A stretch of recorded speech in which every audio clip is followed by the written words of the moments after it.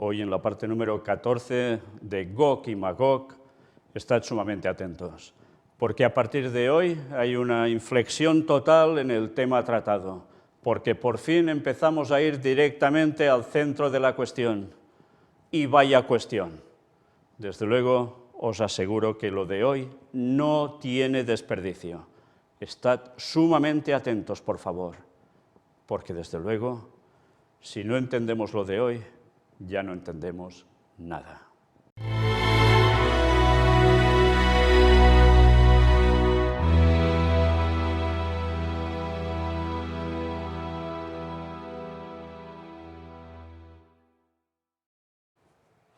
Vamos a reanudar precisamente en un punto que es prácticamente donde lo dejamos, en el punto número 15, que nos dice la vida y los tiempos de Jesús el Mesías, apéndice, página 90, párrafo 5, de Alfredo Edersheim. Y vamos a ver qué nos dice aquí. La vida y la época de Jesús el Mesías. Atención a cuando pone apéndice 9, que ya nos dice lista de pasajes del Antiguo Testamento aplicados mesiánicamente en escritos rabínicos antiguos. Libro 2, capítulo 5. Por tanto, estos son explicaciones de rabinos, pero no de ahora. En el Targum de Jerusalén, sobre Números 11:26, se supone que la profecía de Eldad y Medad se refería a la guerra de los últimos días contra Jerusalén y a la derrota de Gog y Magog por el Mesías. Interesante cómo enlazan dos nombres que a nosotros, dicho así, pasado rápidamente, no entrelazaríamos para nada con Gog y Magog, y ellos en cambio lo aplican con lo mismo. Y también interesante que digan que esa guerra de Gog y Magog sucede y son destruidos cuando llega el Mesías. En los últimos días contra Jerusalén una gran guerra. Evidentemente, si esto fuera así, debería ser aplicado a la segunda venida de Jesús, pero también podría ser aplicado a la tercera venida de Jesús después del milenio. Pero atención, porque ahora nos empezamos a adentrar en la parte, sinceramente, ya más maravillosa de todos los temas que hemos venido presentando hasta ahora. Si ya el tema anterior creo que fue bastante potente, ahora preparaos. Vamos al punto número 93. Nos saltamos muchos de los otros anteriores. Y atención, porque vamos a leer algo extraído de este libro. Los imperios de la Biblia desde la confusión de lenguas hasta el cautiverio en Babilonia. Página 17.2 o párrafo 2. ¿Quién es el autor? Alonzo Trevier Jones, sí, conocido por casi todos como Alonzo Jones. Sí, no es un escritor cualquiera, no es un adventista cualquiera. Estamos hablando de uno de los pioneros que realmente tuvo una potencia absoluta en el momento de decir las cosas, de clarificar mensajes, aunque es cierto que en según qué cosa, pues no terminó de cuadrar, pero prácticamente en todo el resto, maravilloso. Estad atentos a lo que esta persona llegó a escribir sobre Gog y Magog. Vamos a situarnos primero en un breve párrafo, después veremos más. Y fijaos lo que dice aquí. En las Escrituras, Mesec y Tubal siempre se mencionan juntos, con una sola excepción. En las inscripciones asirias se les nombra y se les puede rastrear desde principios del siglo XII hasta mediados del siglo VII a.C. Están constantemente asociados, como en la Biblia, Heródoto los llama Moschi, y siempre se mencionan en relación con Tibareni, Mesec y Tubal.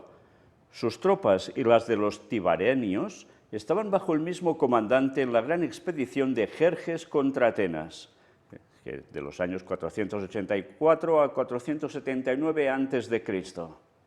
El país de Mesec, el Moschi, estaba en Capadocia, Cólquida y Armenia, aproximadamente lo que ahora es la vecindad de Kars y Erzerum. Los de los hijos de Mesec y Tubal que allí habitaban no eran todos los que había de una y otra nación. Para alrededor de 650 a.C., los capadocios, un pueblo de origen persa, se abrieron paso en el país de los Moschi y Tibareni y los obligaron a retroceder hasta los estrechos límites en el Mar Negro y alrededor del pie de las montañas del Cáucaso. Y algunos de ambos pueblos cruzaron el Cáucaso en el país de la estepa en el norte, Escitia, ahora las posesiones rusas. Allí los moschí se hicieron conocidos como Muskov y luego como moscovitas, que construyeron Moscú y que aún dan nombre a Rusia, Moscovy, en todo el este. Y lo veis que cita Rawlinson. Los Tibareni, pueblo de Tubal, que fueron con los moschí, pueblo de Mesec, se asentaron y dieron nombre al río Tobol y al lugar Tobolsk, otra parte de las posesiones rusas al este de los montes Urales. Bien, si después de esto no nos situamos en el mapa, tenemos un problema geográfico bastante importante. Yo os diría que si no sabéis dónde está colocado todo esto, miraseis un mapa, buscaseis un mapa, y vierais que aunque hay nombres que son antiguos, se nos sitúa, ya veis, alrededor de qué zonas. El Cáucaso, Armenia, todo esto suena más, ¿no? Pero fijaos cómo ya nos habla de un modo totalmente directo sobre Moscú. Sí, Moscú, entre otras poblaciones. Dicho esto, creo que a partir de ahora ya podemos empezar a centrarnos en lo que también para adventistas pioneros llegaba a ser Gog-Magog. Empezamos a ver por dónde va el tema, pues lo que habéis visto, si ahora os sitúa un poco, ahora os vais a situar mucho más. Vamos al punto 94. Un libro también de Alonzo Trevier Jones, Las grandes naciones de hoy, en la página 90, párrafo 1. A partir de aquí vamos a leer y desde luego no vamos a quedarnos indiferentes en absoluto para nada, al menos que nos dé la real gana.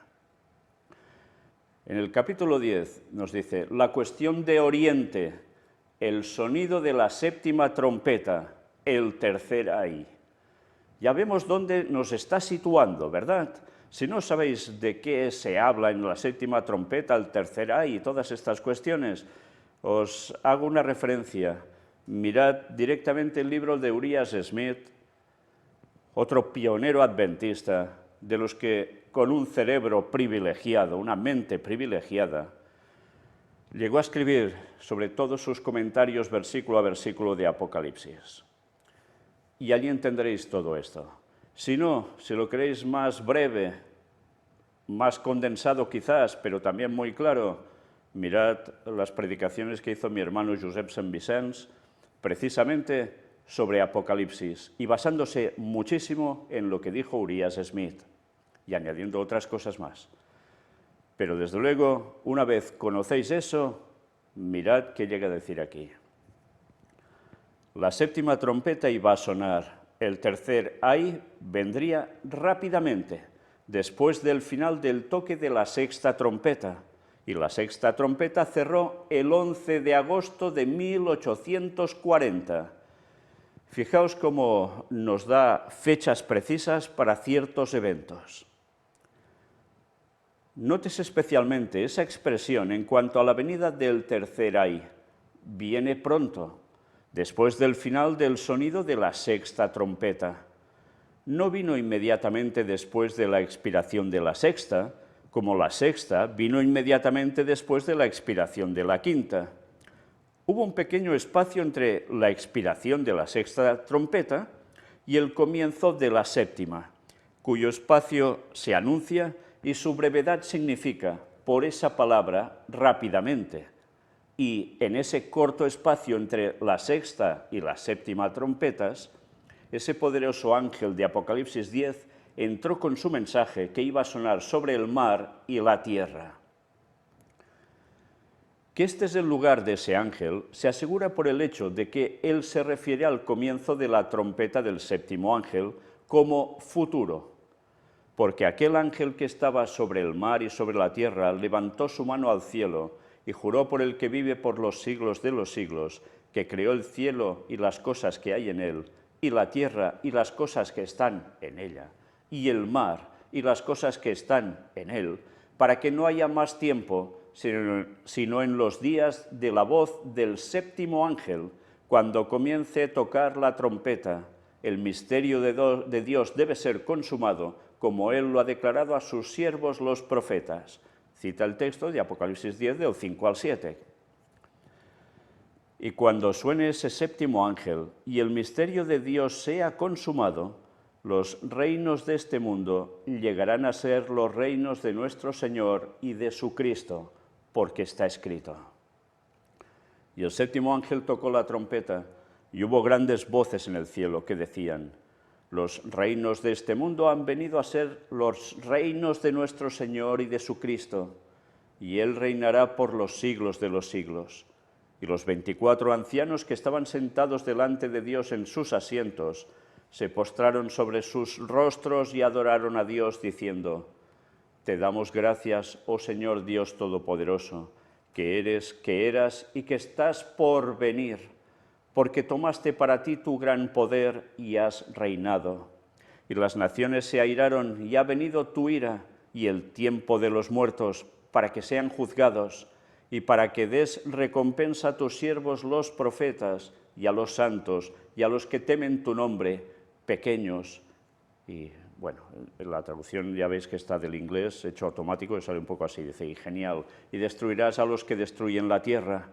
Y fue abierto el templo de Dios en el cielo, y se vio en su templo el arca de su testamento. Es el texto de Apocalipsis 11, del 15 al 19.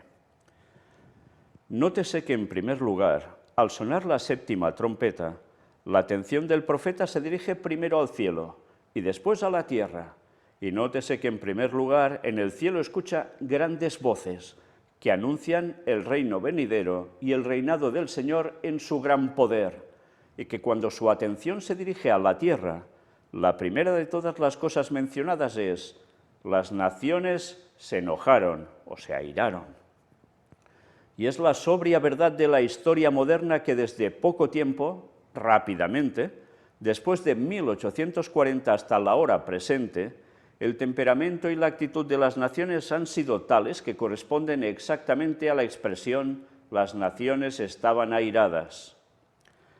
Durante todo el tiempo transcurrido desde esa fecha, ha sido cierto que los gobernantes de las grandes naciones han tenido que estar en constante alerta para evitar una guerra general. Y el poder turco, ese poder que es el último, permanece en su descenso de lo que fue en un principio el Imperio de Oriente de Roma, ese gobierno por el cual, el 11 de agosto de 1840, las grandes potencias de Europa se hicieron responsables. Ese es el eje sobre el cual, durante todos estos años, se ha volcado la paz del mundo.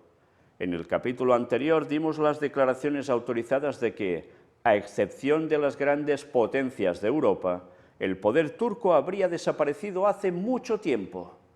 Fijaos que nos está poniendo en su época, con una serie de cosas que estaban pasando, que ya habían acontecido, y otras que se preparaban. Y habla de ese momento a partir de 1840, cuando se airaron las naciones. ¿Y qué hemos visto a partir de entonces? ¿Será que no hemos visto grandes guerras? Pero aún no era el fin.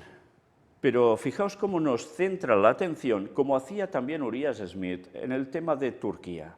La importancia de Turquía a nivel estratégico, pero con unas implicaciones que tenían las potencias europeas, porque ya sabéis, Turquía es el eje entre lo que es Europa y lo que ya es otro continente, y que desde luego no puede dejarnos indiferentes, porque desde luego es esa bisagra que es la clave, que desde luego sigue siendo de estrategia absoluta a nivel mundial. Pero atención, porque ahora nos va a decir aún más cosas. Pero la importancia principal de esta importante verdad no radica simplemente en el hecho de que Turquía haya sido mantenida en existencia durante todo este tiempo por estas grandes potencias, pero en que esto se ha hecho con un propósito definido. O sea, que les interesaba a Europa el qué, que Turquía siguiera existiendo. Y ahora, hasta ahora, también ha interesado a Europa, y no solo a Europa, también por otras grandísimas potencias, que Turquía siga existiendo. Y aquí nos da las razones, pero esto se ha ido manteniendo a lo largo de los años. Pero llega un momento en que hemos de ver si a todo el mundo le va a interesar que Turquía siga existiendo o no. Mirad ahora cómo continúa, porque nos habla que tiene un propósito definido, que esté Turquía. Como lo reconocen esas mismas potencias, el gobierno turco ha sido así mantenido por las potencias, expresamente para evitar una guerra universal.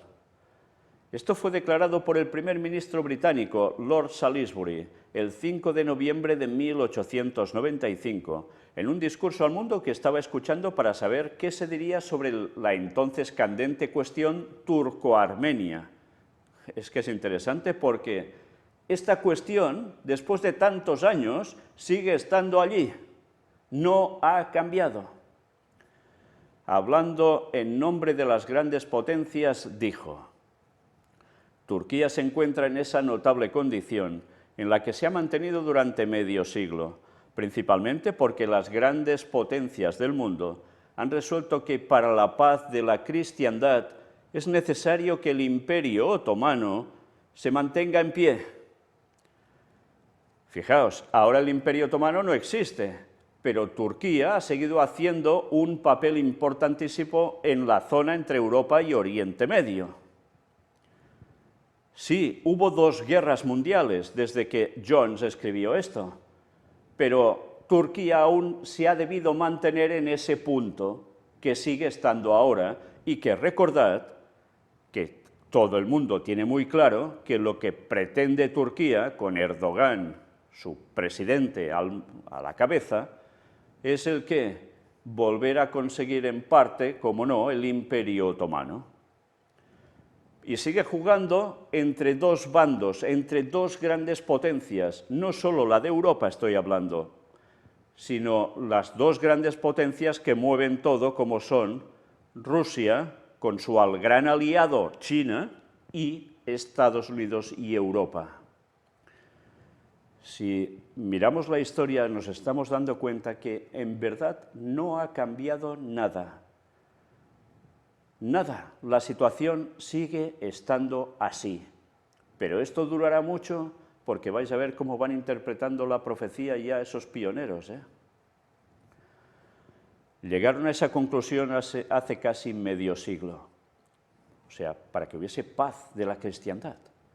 No creo que lo hayan alterado ahora.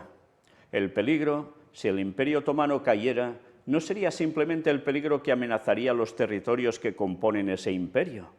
Sería el peligro de que el fuego allí encendido se extendiera a otras naciones y envolviose a todo lo más poderoso y civilizado de Europa en una contienda peligrosa y calamitosa. Ese fue un peligro que estuvo presente en la mente de nuestros padres cuando resolvieron hacer de la integridad e independencia del Imperio Otomano un asunto de tratado europeo. Y ese es un peligro que no ha pasado, y lo pone en mayúsculo además. ¿Y cuánta verdad hay en estas palabras? Es un peligro que no ha pasado, pero que puede pasar, porque en el momento en que esa potencia, Turquía, sea tocada por alguien, se derribará ese muro de contención para que Europa pueda pasar por una gran problemática, por decirlo suavemente. Pero, ¿cuál debe ser el verdadero espíritu de estas grandes potencias cuando durante más de medio siglo pueden estar de acuerdo en mantener en existencia el poder turco para evitar luchar, cuando no pueden estar de acuerdo en no luchar? Porque no pueden ponerse de acuerdo en no pelear entre ellos tan fácilmente como pueden estar de acuerdo en mantener allí este poder como medida preventiva contra sus peleas entre ellos. ¿Qué podría expresar más acertadamente la verdadera condición de las cosas entre estas potencias que esa frase? Las naciones estaban airadas. Fijaos que él lo está centrando en la cuestión de que el problema lo llegaría a tener Europa.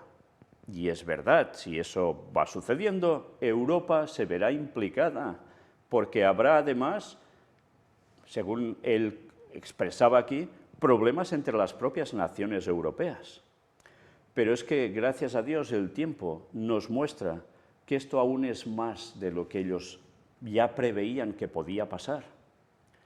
Y es que esta implicación, cuando se habla de las naciones de Europa, muchas personas no tienen en cuenta que hay un país, un enorme país, muy extenso y muy poderoso, que está precisamente cabalgando entre dos continentes, entre Europa y Asia, perdón, Oriente, y que es muy extenso, que llega prácticamente a tocar la parte asiática. ¿De qué país estoy hablando que está al norte de Europa? Rusia, que para muchos siempre se ha considerado parte de Europa, para otros no tanto, porque es por la gran zona que abarca y porque sus relaciones con el resto del continente europeo a veces han ido bien, pero no siempre. Tengamos todo esto en mente presente, porque ya hemos visto antes que el mismo escritor nos hablaba de Rusia, en un contexto de Gog y Magog, y no olvidemos que lo que estamos leyendo ahora también va sobre el mismo contexto de Gog y Magog. ¿Las naciones estaban airadas? ¿Cómo están ahora las naciones? Nos lo estamos preguntando precisamente hoy, que es finales de julio de 2022, en plena guerra entre Rusia, Ucrania y las naciones europeas, estos poderes que habla aquí en mayúscula, que también están interviniendo en esa guerra de un modo teóricamente indirecto, pero suministrando armamento para conseguir también un objetivo. ¿Y Estados Unidos? ¿Y China? Todos en lo mismo, ¿eh? Mirad qué importante es presentar las cosas cuando tocan y analizar las cosas bien, porque desde luego qué fácil es caer diciendo cosas que no son. Sigamos viendo qué más nos dice. Esta situación revela claramente que estos poderes, fijaos que lo dice en mayúscula, son sujetos a un espíritu que, una vez desatado, los llevará completamente más allá de sí mismos y que ellos mismos reconozcan que esto es así. Y reconociendo que esta es la verdad de la situación, todo lo que pretenden poder hacer es, manteniendo el poder turco el mayor tiempo posible, refrenar el mayor tiempo posible este espíritu ingobernable que, una vez desatado, debe barrerlos a todos lejos de sí mismos, en ese temido y terrible vórtice, involucrando a todo lo que es más poderoso y civilizado en Europa en una peligrosa y calamitosa contienda, o séase, guerra. ¿Por qué Turquía está recibiendo tantísimo dinero por parte de la Unión Europea? ¿Lo sabéis? Pues porque en Turquía muchas personas que quisieran entrar directamente hacia Europa y que entran, algunos son trasladados hacia allá otra vez y los ponen en Turquía, los hacen retroceder para que nos entendamos y sigue siendo un muro de separación para que no sigan pasando migrantes a montones y lo que podría ser algo ya más que migrantes, podrían ser ejércitos. Curiosamente, todo sigue estando igual que en ese entonces, pero ya veis la deducción a la que llegan. Cuando esto llegue a desaparecer, ya veis lo que va a pasar. ¿Y quiénes son estas grandes potencias del mundo que están tan inextricablemente involucradas y que han resolvido o resuelto de ese modo? Son las grandes potencias de Europa, las principales de las cuales fueron traídas a escena al expirar el sondeo de la sexta trompeta, 11 de agosto de 1840. Las potencias que entonces se hicieron responsables de Turquía y, por lo tanto, se conectaron vitalmente con la cuestión oriental original. Primero fueron Rusia, Prusia, Austria y Gran Bretaña. Fijaos que está hablando de esos tiempos. Prusia ahora como tal ya no existe, pero ya sabéis que Europa, las fronteras entre los países han sido de constante variación muchísimas veces debido a guerras, y a pactos, acuerdos. Pero ya veis, habían todos estos países que eran responsables, en cierto modo, de Turquía. ¿Y ahora? ¿Cambia mucho la cuestión? Veremos, veremos. Sigamos avanzando en la lectura. Una vez más he de deciros que mientras estáis viendo estas conferencias, id analizando las noticias de actualidad que vamos presentando tan a menudo, porque iréis captando cómo precisamente todo va encajando. Antes de ese momento, Rusia había aparecido más de una vez en la historia del Imperio de Oriente de Roma.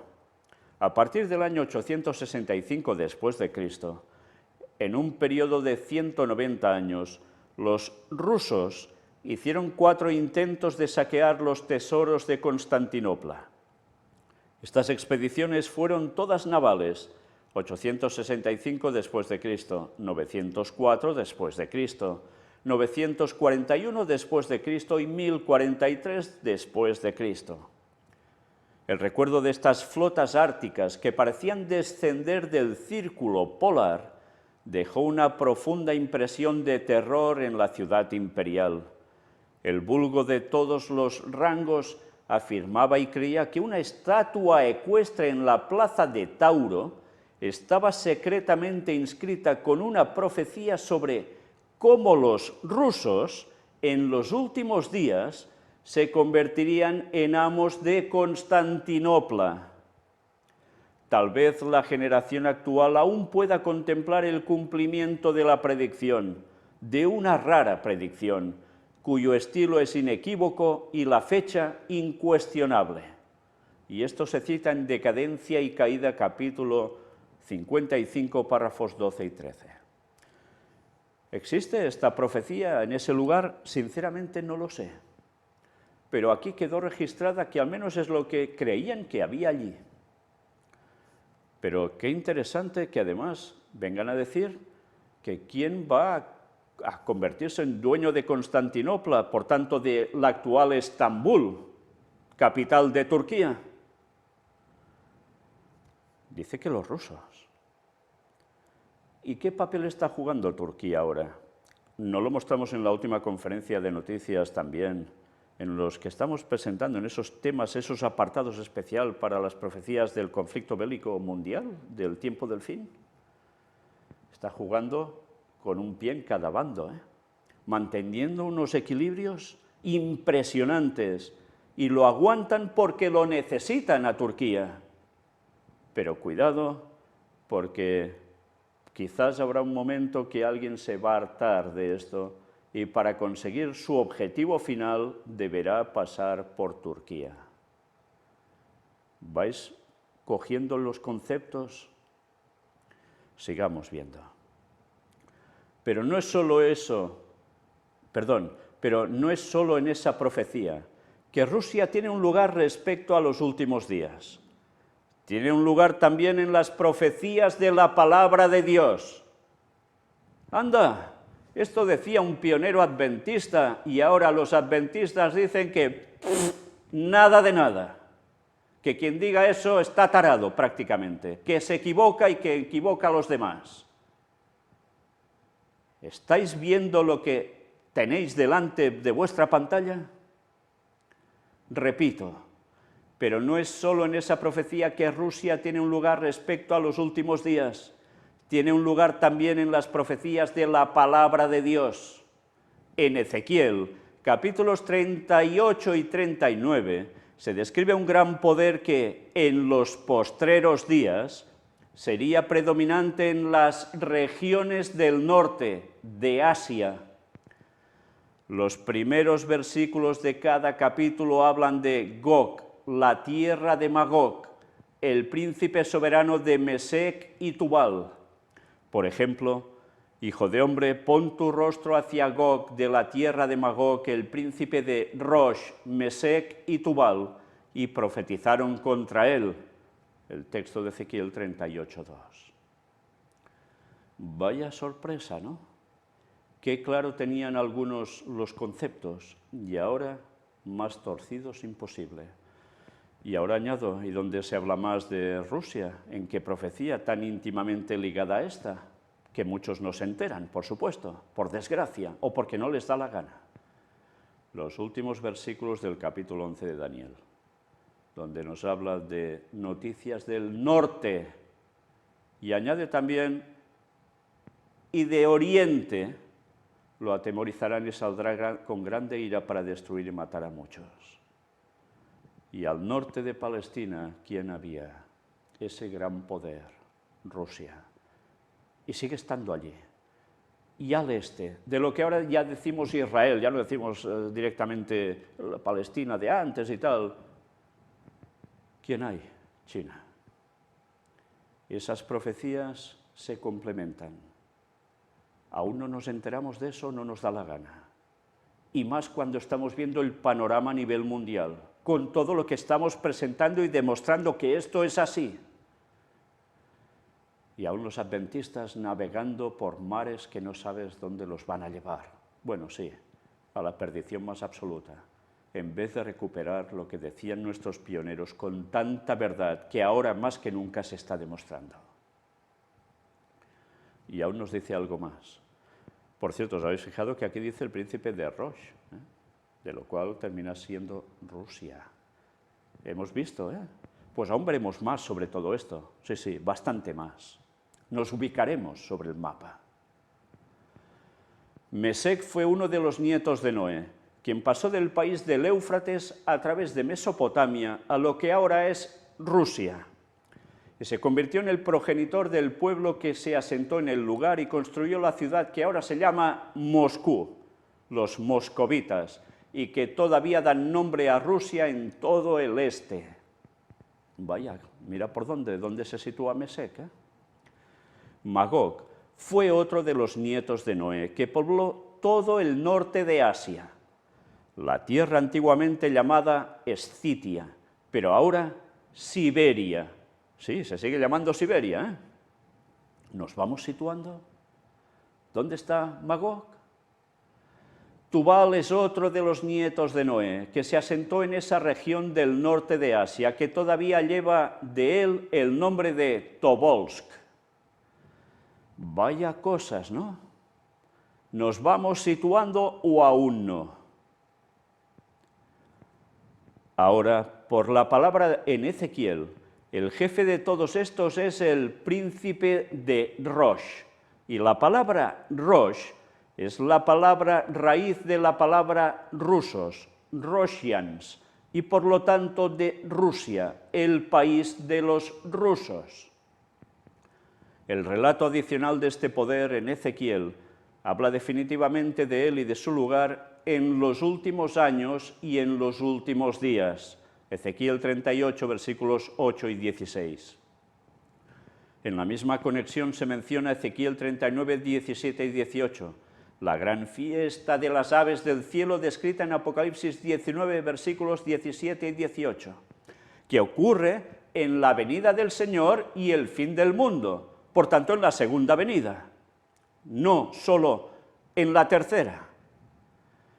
Las 6 plagas de Apocalipsis 16 se mencionan en Ezequiel 39, 2, en el margen, y la 7ª plaga de Apocalipsis 16, del 18 al 21, se menciona en conexión con el príncipe de Rosh, o sea, de Rusia, en Ezequiel 38, 19 y 22. A lo largo de Ezequiel 38 y 39, este poder de Rosh, Magog, Mesec y Tubal se dice que habitan en las partes del norte. Y se dice que este príncipe de Rosh viene de su lugar de las partes del norte.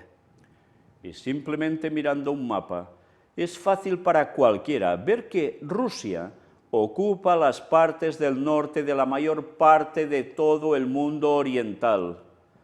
Por lo tanto, ya sea que haya o no alguna inscripción sobre esa estatua ecuestre en Constantinopla, sugiriendo que en los últimos días los rusos deberían convertirse en dueños de Constantinopla, era perfectamente fácil para todos saber por estas escrituras el lugar que ocuparía Rusia en el mundo en los últimos días, y a partir de eso, recoger incluso entonces la sugerencia de lo que ahora espera todo el mundo, que los rusos en los últimos días deberían convertirse en amos de Constantinopla.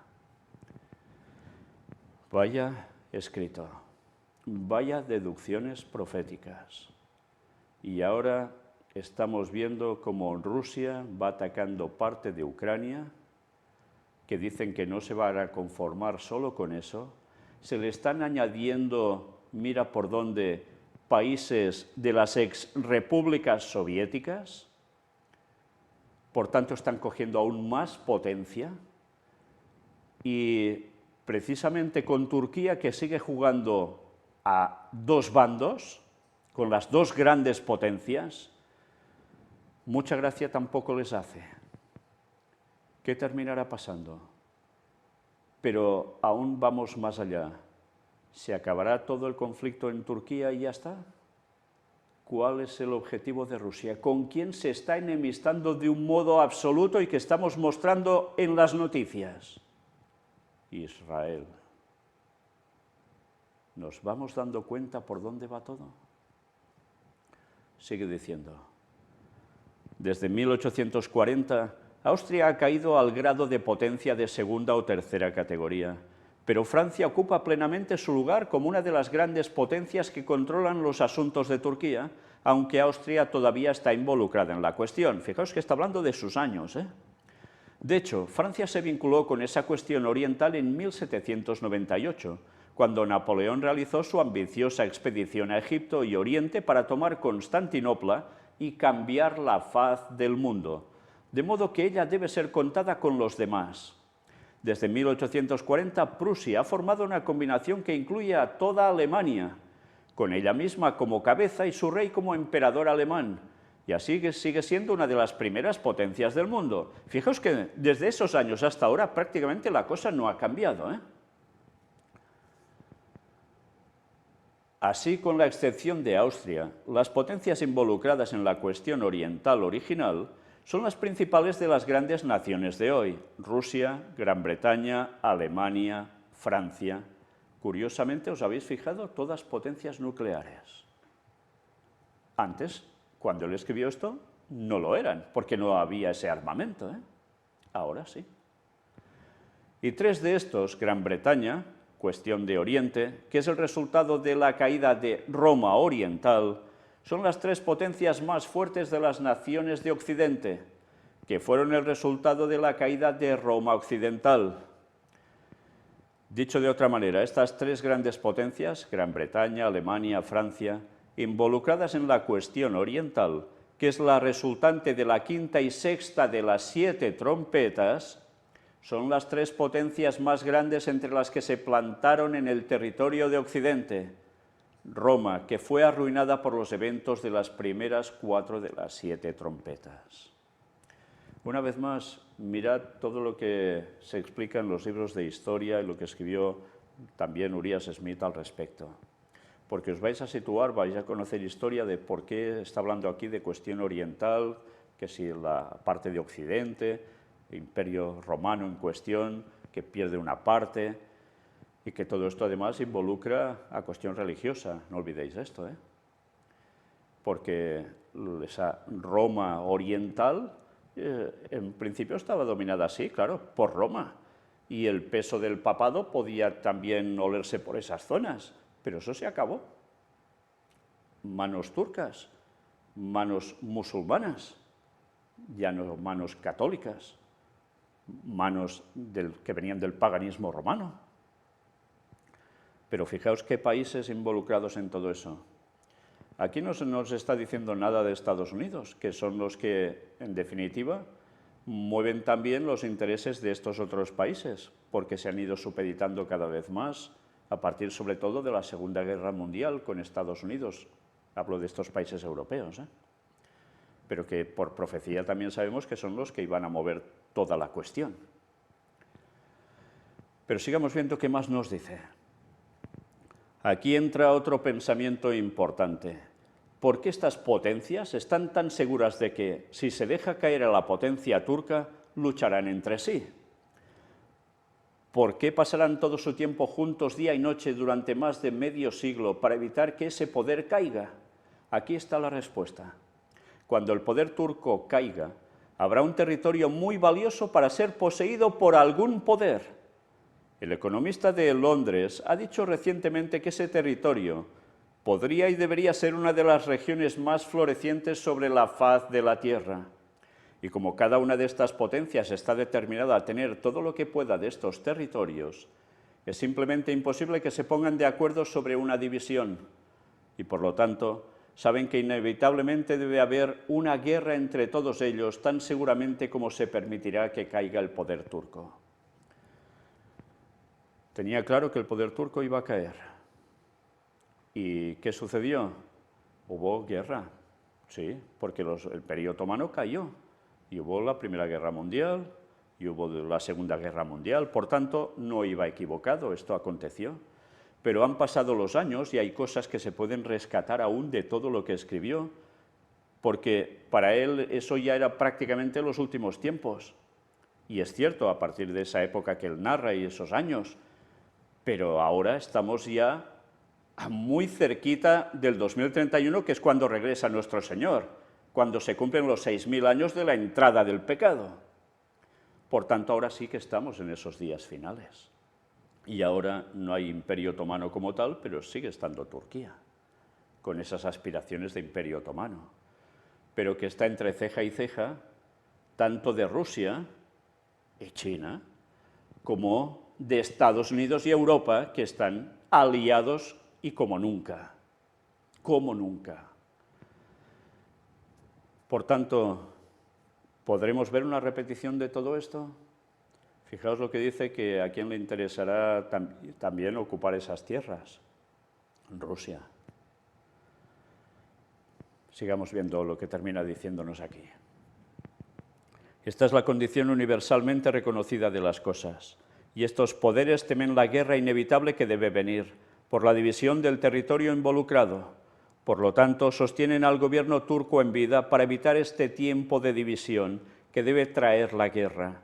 Y al mismo tiempo, cada potencia elabora todos los planes posibles, hasta el mismo borde de la guerra, para aumentar su poder y sus posesiones en el este, de modo que cuando el momento inevitable que debe llegar haya llegado, ella misma tener la mayor base posible sobre la cual instar sus reclamos en la división real y final del botín. O sea, como para repartirse los despojos, la tierra. Qué interesante, porque estamos viendo que hay prácticamente una situación que sigue estando después de tantos años. Y que eso sí, ahora tenemos más comprensión porque estamos más cerca del fin. Y nos damos cuenta cómo realmente cosas ya pasaron, que es lo que ya estaba pronosticado. Pero ahora que las cosas han dado una vuelta más de tuerca, tenemos los detalles que ellos aún no tenían, pero que fijaos qué claramente nos pusieron en pista para saber qué iba a pasar al fin de los tiempos. Parte ya pasó en lo de ellos, y ahora queda el resto. Esto a su vez ha causado que cada uno de estos grandes poderes extienda su poder sobre la mayor parte posible de todo el este. Hasta ahora, en esta hora presente de nuestro propio día, estos poderes, en su comprensión del poder y la influencia en el este, han absorbido el todo hasta ahora que todos ellos se encuentran cara a cara en el extremo este, en la capital de China. Vaya sorpresa, señores. Mira por dónde ya no solo nos habla de Rusia, también nos habla de China.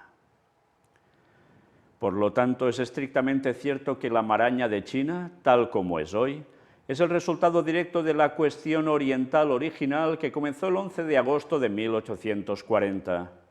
Y esta gran cuestión oriental, tal como es hoy, no es más que el ampliado resultado de la cuestión oriental original, tal como se ha centrado en Constantinopla desde el 11 de agosto de 1840. Y dada la naturaleza del caso, no puede haber una solución de la cuestión oriental, ya que se centra en China, que no implicará la cuestión oriental original, ya que se centra en Turquía. Esto porque la gran cuestión oriental, ya que tiene su centro en Pekín, es la resultante directa de la cuestión oriental original, ya que tiene su centro en Constantinopla. Y también porque todas las potencias ahora involucradas en el Gran Oriente, la cuestión que se centra en Pekín, excepto solo los Estados Unidos y Japón, son las potencias idénticas de la cuestión oriental original que se centra en Constantinopla. Porque en esos tiempos, Estados Unidos y Japón, en Turquía, no pintaban nada. Pero mira por dónde cómo han cambiado las cosas, hasta el punto de que no solo tienen implicación en Turquía, sino que tienen implicación directa sobre Pekín, sobre China en general. Y lo estamos mostrando cada vez en las noticias.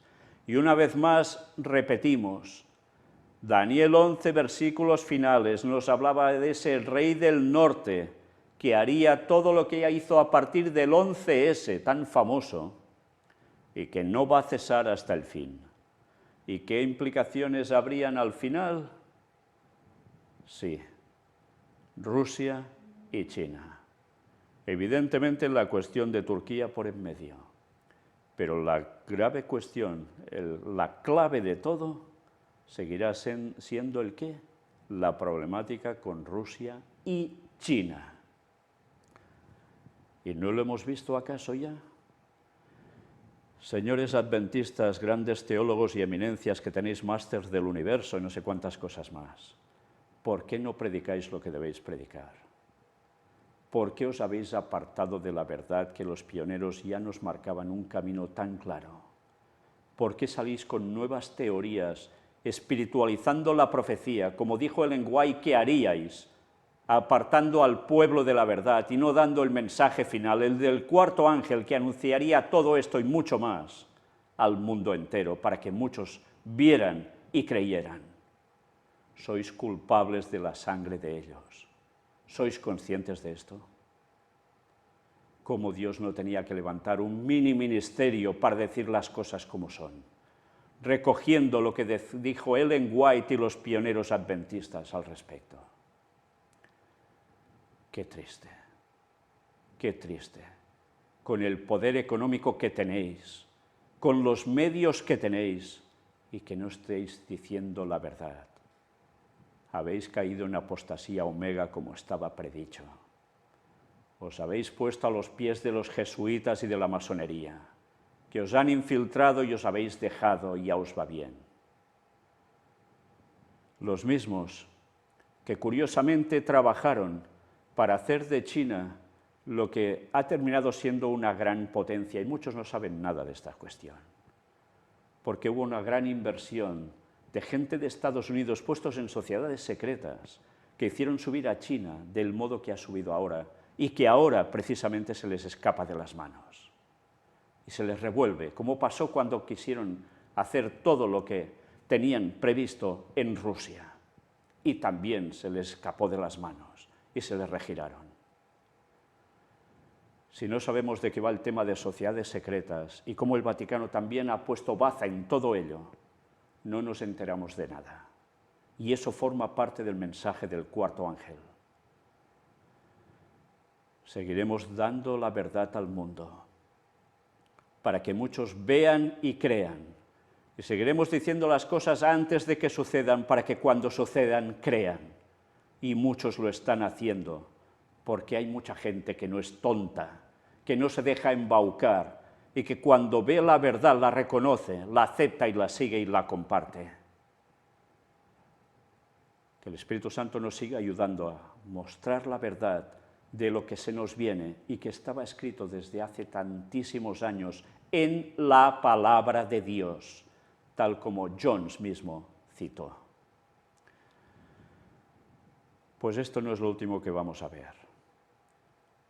Vamos a ver más cosas que no van a dejarnos en absoluto indiferentes, y lo repito una vez más, porque no tiene desperdicio lo que seguiremos viendo al respecto. Estamos situados en el mapa bajo un contexto, sí, no solo de países, ciudades, continentes incluso. Estamos situados en lo que decía la palabra de Dios, la Biblia, de qué pasaría en los últimos días. Y estamos situados en las noticias de actualidad que nos corroboran que verdaderamente esto es así. Y aún después de esto, y de lo que aún vamos a presentar, si Dios quiere, podréis seguir diciendo que esto que está pasando solo son guerras y rumores de guerras. Maranata 2031, guste o no guste. Dios os bendiga.